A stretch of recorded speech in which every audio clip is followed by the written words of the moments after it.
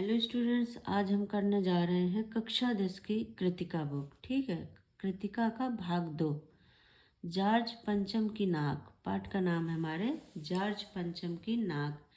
इसके राइटर हैं कमलेश्वर। ठीक है, तो इसमें हम क्या पढ़ेंगे? जॉर्ज पंचम की नाक। जॉर्ज पंचम की नाक के बारे में जानेंगे। तो देखिए, ये लेसन पढ़ने के पहले मैं आप लोगों को बता देती हूँ कि इस लेसन में है क्या। ठीक है, हम जॉर्ज पंचम के बारे में नहीं, उनकी नाक के बारे में पढ़ेंगे इसमें। ठीक है, जो उनकी यहाँ पे मूर्ति लगी है उसमें नाक नहीं है। तो ये पूरा लेसन हमारा उसी पे आधारित है। ठीक है, क्या हुआ कि एक बार इंग्लैंड की रानी एलिजाबेथ द्वितीय, देखिए याद करने वाली बात यहाँ पे यह है कि एलिजाबेथ नाम से कई रानियां थी इंग्लैंड में। तो यहाँ पे बात हो रही है एलिजाबेथ द्वितीय की, जो अपने पति के साथ पाकिस्तान और भारत और नेपाल के दौरे पर आ रही थी। ठीक है, तो इसलिए यहाँ भारत में उनकी तैयारियां जोर शोर से चल रही थी। इंग्लैंड के समाचार पत्रों में उनके नौकरों, बावर्चियों, इन सब की रोज खबरें छपती थी और अगले दिन हिंदुस्तान के पेपरों में छप जाती थी। ठीक है, रानी की यात्रा को लेकर उनके दर्जी की भी चिंता छपी। क्या था, उनके रानी के जो दर्जी था वो भी चिंतित था कि भाई भारत, पाकिस्तान और नेपाल का ये दौरा कर रही है रानी, तो उनके हिसाब का वहाँ कपड़ा मिलेगा कि नहीं, धागा होगा कि नहीं, कैसी ड्रेस पहन के जाएंगी, ये सब उसकी दर्जी की चिंता भी खबर में लोगों को पढ़ने को मिलती, ये खबरें भी छपती थी। ठीक है, रानी का आगमन दिल्ली में होना था, रानी को जो है दिल्ली आना था, इसलिए दिल्ली की सड़कें सुधरने लगी। उनमें काम जोर शोर से चल गया, सड़कें बिल्कुल सही कर दी गई, इमारतें सजने लगी।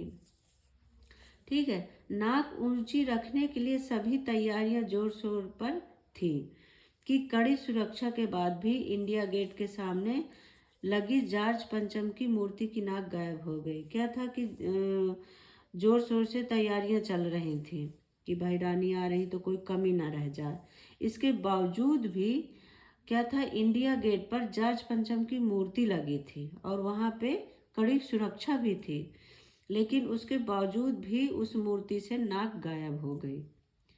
ठीक है, तो जब नाक गायब हो गई तो सबको चिंता हुई। क्या हुआ कि एक विदेशी, मतलब एक वहीं से आ रही है रानी और वहीं के हैं जॉर्ज पंचम, क्योंकि जॉर्ज पंचम ने भी पहले शासन किया हुआ था यहाँ पे। ये कहानी 1947 के बाद की है। ठीक है, तो इसलिए यहाँ के लोगों ने सोचा कि एक विदेशी के आगमन पर, एक विदेशी की नाक के न होने से भारत की नाक नहीं बच सकती, कि वहीं के हैं जॉर्ज पंचम, और जब वो देखेंगी कि हमारे यहाँ के ये इनकी नाक ही नहीं है तो वो क्या सोचेंगी हमारे यहाँ के बारे में। इसलिए देश के जो जिम्मेदार नेता थे, अधिकारी थे, उन सब ने एक सभा बुलाई। ठीक है, सभा में मूर्ति पर नाक लगाने का निश्चय किया गया। सभा में तय हुआ कि चलो मूर्ति में नाक लगवा दी जाए। एक गरीब मूर्तिकार ने अपनी गरीबी दूर करने के लिए हिम्मत करके अवसर का लाभ उठाना चाहा। जो एक गरीब मूर्तिकार था उसने सोचा कि अच्छा अवसर है, चलो नाक लगानी मैं ही लगा देता हूँ और मेरा कुछ पैसे बन जाएंगे। उसने सभा में, एक सभा हुई, ठीक है, उसने सभा में पुरातत्व विभाग की फाइलों से जॉर्ज पंचम की मूर्ति के जैसा पत्थर ढूंढवाया, परंतु फाइलों में कुछ भी जानकारी नहीं मिली। क्या हुआ कि एक सभा हुई, सभा में उन्होंने कहा, जो मूर्तिकार था वो बोला कि जो फाइलें यहाँ पे रखी उन फाइलों में होगा कि जॉर्ज पंचम की कैसी पत्थर से, किस पत्थर की मूर्ति बनाई गई थी। तो पत्थर का नाम पता चल जाएगा तो मैं पत्थर लेकर और मूर्ति में नाक लगा दूंगा। तो ये हुआ कि चलो ठीक है, सब लोग सहमत हो गए। लेकिन जब देखा तो वहाँ वो फाइल ही नहीं मिली।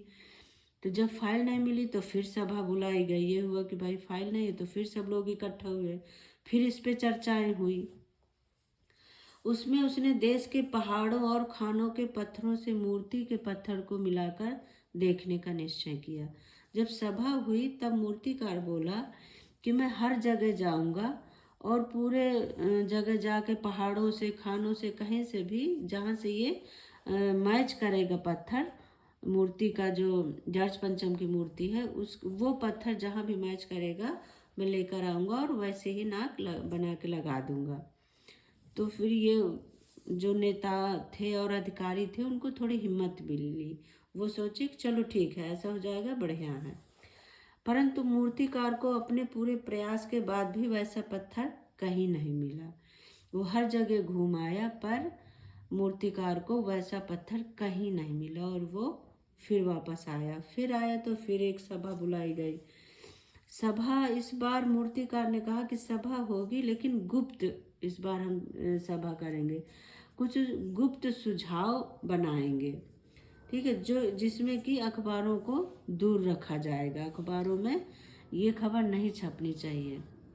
देश के महापुरुषों की मूर्तियों की नाक के नाप लिए जाएं और ठीक अपने आने पर जो ठीक आ जाएंगी उसे उस मूर्ति से उतारकर जार्ज पंचम की मूर्ति पर सेट कर दिया जाएगा। जब सभा हुई तो उसमें क्या किया गया कि जो मूर्तिकार था, मूर्तिकार बोला कि जो हमारे यहाँ महापुरुषों की मूर्तियाँ लगी हैं तो उनमें हम जार्ज पंचम की नाक को देखेंगे कि अगर फिट हो रही है तो हम उनकी नाक उतारकर और जार्ज पंचम की नाक में लगा देंगे, ठीक है। क्या हुआ, घबराहट के बाद भी सदस्यों सहित सभापति ने मूर्तिकार को अनुमति दे दी। ये सुनकर जो इतने भी सदस्य बैठे थे सब घबरा गए, सारे परेशान। लेकिन लास्ट में उन्होंने अनुमति दे दी कि ठीक है, आप ऐसा ही कर लो। परंतु दुर्भाग्य से पूरे देश के महापुरुषों की मूर्तियों के साथ वो मैच नहीं हुई, ठीक है। जब मैच नहीं हुई जार्ज पंचम की नाक, तब मूर्तिकार बोला कि एक मूर्ति है 1942 के आंदोलन में बिहार सचिवालय के सामने जो शहीद हुए थे बच्चे, उन बच्चों की मूर्तियां भी हैं, तो उनमें जार्ज पंचम की नाक देखते हैं। लेकिन वहाँ भी जार्ज पंचम की नाक सेट नहीं हुई, वहाँ की नाक भी बड़ी निकली, ठीक है, नाकें भी जार्ज की नाक से बड़ी निकली। तो जब वहाँ भी नहीं सेट हुई तो अब रानी के आने के दिन भी करीब थे। क्या हुआ कि फिर बैठक की गई। बैठक में अधिकारियों और नेताओं की हड़बड़ाहट देखकर मूर्तिकार ने देश की नाक बचाने के लिए अब आगे क्या बोला, जब भाई रानी के आने के दिन भी नज़दीक आ गए, सारे घबरा रहे हैं कि अगर नाक नहीं मिली तो हमारे देश की नाक कट जाएगी। तो फिर ये सब देखकर मूर्तिकार ने देश की नाक बचाने के लिए बोला कि जो हमारे देश में 40 करोड़ की आबादी है, उस समय 40 करोड़ की आबादी थी, तो उस 40 करोड़ की आबादी वाले भारत के एक नागरिक की जीवित, ठीक है, जीवित नागरिक की नाक लगाने का प्रयास किया जाएगा। उसने ये रास्ता सुझाया, ये बात सभा में अपनी रखी कि हमारी जो 40 करोड़ की आबादी है उसमें एक जीवित नागरिक की जीवित नाक लगाने का उसने सुझाव दिया। अपने प्रस्ताव पर सभा में सन्नाटा छाता देखकर, ये जब उसने प्रस्ताव रखा तो क्या हुआ, सभा में सन्नाटा छा गया, सब परेशान कि ये क्या हो, ये क्या मतलब बोल रहा है जीवित मनुष्य की। तब जब देखा मूर्तिकार ने कि सन्नाटा छा गया तो वो खुद आगे बढ़कर पूरे काम की जिम्मेदारी ले ली, ठीक है। तो उसे फिर इस कार्य की अनुमति मिल गई। जब उसने जिम्मेदारी ले ली तो उन्होंने बोला ठीक है, करो, यही करो, किसी तरह से नाक बचनी चाहिए हमारी।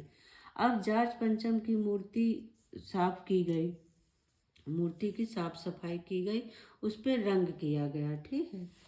अखबार वालों को खबर दी गई कि जार्ज की मूर्ति की नाक की समस्या का हल निकल आया है, ठीक है, नाक लगने वाली है। अपनी ही योजना पर परेशान मूर्तिकार, अब इस योजना से मूर्तिकार परेशान था, तो उसने दिन एक कमेटी वालों से बोला कि जीवित नाक लाने और लगाने में मेरी मदद करो, मुझे मदद चाहिए आप लोगों की, ठीक है, अपने कमेटी से बोला मूर्तिकार। तो कमेटी वालों ने मूर्तिकार के जो कमेटी वाले थे उन्होंने बोला ठीक है हम मदद करेंगे, क्या करना है। तो जो जहाँ पे वो मूर्ति थी वहाँ पे जो तालाब थे आसपास, तो उन तालाबों का पानी सुखा दिया गया और उनमें ताज़ा साफ पानी भरा गया। ठीक है, किस लिए कि यहाँ पे नमी बनी रहे, और नमी रहेगी तो ये नाक सूखेगी नहीं जार्ज पंचम की, क्योंकि वो जीवित व्यक्ति की नाक थी, तो इसलिए वो सूख जाती। तो इसलिए वहाँ पे क्या किया गया कि तालाब की सफाई कराकर और वहाँ के तालाबों में साफ पानी भरा गया। ठीक है, अगले दिन मूर्तिकार ने मूर्ति पर नाक फिट कर दी। लोगों ने जॉर्ज पंचम की मूर्ति पर जिंदा जैसी दिखाई देने वाली नाक देखी। लोगों ने देखा कि ये तो न पत्थर की है न कुछ, ये तो लग रही है जैसे जिंदा नाक हो किसी की। सही, बिल्कुल सचमुच नाक जैसी लग रही है। मूर्तिकार के साथ सभी खुश थे कि समय से पहले ही देश की नाक बचाकर, ठीक है, सब खुश थे कि हमने देश की नाक बचा लिया, नाक ऊपर रखने का इंतजाम हो गया। इस बात से सब खुश थे। अखबार वालों ने तो उस दिन किसी के ना अभिनंदन की, क्योंकि रानी आ रही थी, न तो अभिनंदन की खबर छापी, न स्वागत समारोह की, न उद्घाटन की। ठीक है, कोई खबर नहीं छापी, और केवल उन्होंने क्या, मनुष्य की तरह दिखाई देने वाली जॉर्ज पंचम को लगी नाक की खबर छाप कर उन्होंने नाक रहित हुए भारत की असलियत को उन्होंने उस दिन उद्घाटित किया। तो ये लेसन इस तरह से हमारा यहीं पे समाप्त होता है। ठीक है बच्चों, तो ये लेसन पढ़ने में आप लोगों को क्या समझ में आया कि इस लेसन के अंदर हमने क्या पढ़ा, और ये लेसन लेखक ने क्यों लिखा है, उनके ये लिखने का क्या उद्देश्य था। ठीक है, तो लेखक कह रहा है कि हमें अपने मेहमान की इज्जत करनी चाहिए, कोई दिक्कत नहीं है। ठीक है, हमें अपने मेहमान की आवभगत करनी चाहिए, खूब प्रेम से उसे लेना चाहिए, कोई दिक्कत नहीं है, लेकिन कम से कम अपनी नाक कटवा कर तो नहीं। ठीक है, कम से कम अपनी नाक, अपनी इज्जत बचाकर आप दूसरे की इज्जत बचाओ। ठीक है, अपनी इज्जत गंवा कर नहीं। ठीक है, यहाँ पे लेखक के कहने का यही मतलब है कि हम अपने मेहमानों की इज्जत हमें करनी चाहिए, कोई दिक्कत नहीं है, लेकिन कम से कम अपनी नाक कटवा कर तो नहीं हम इज्जत करें उनकी, अपनी नाक को बचाकर हम अगले की इज्जत करें। ठीक है, तो इस तरह से ये हमारा लेसन यहाँ समाप्त होता है। अगर आप लोगों को कहीं कोई दिक्कत आती तो आप कमेंट करके ज़रूर बताएं। थैंक यू बच्चों, बाय बाय।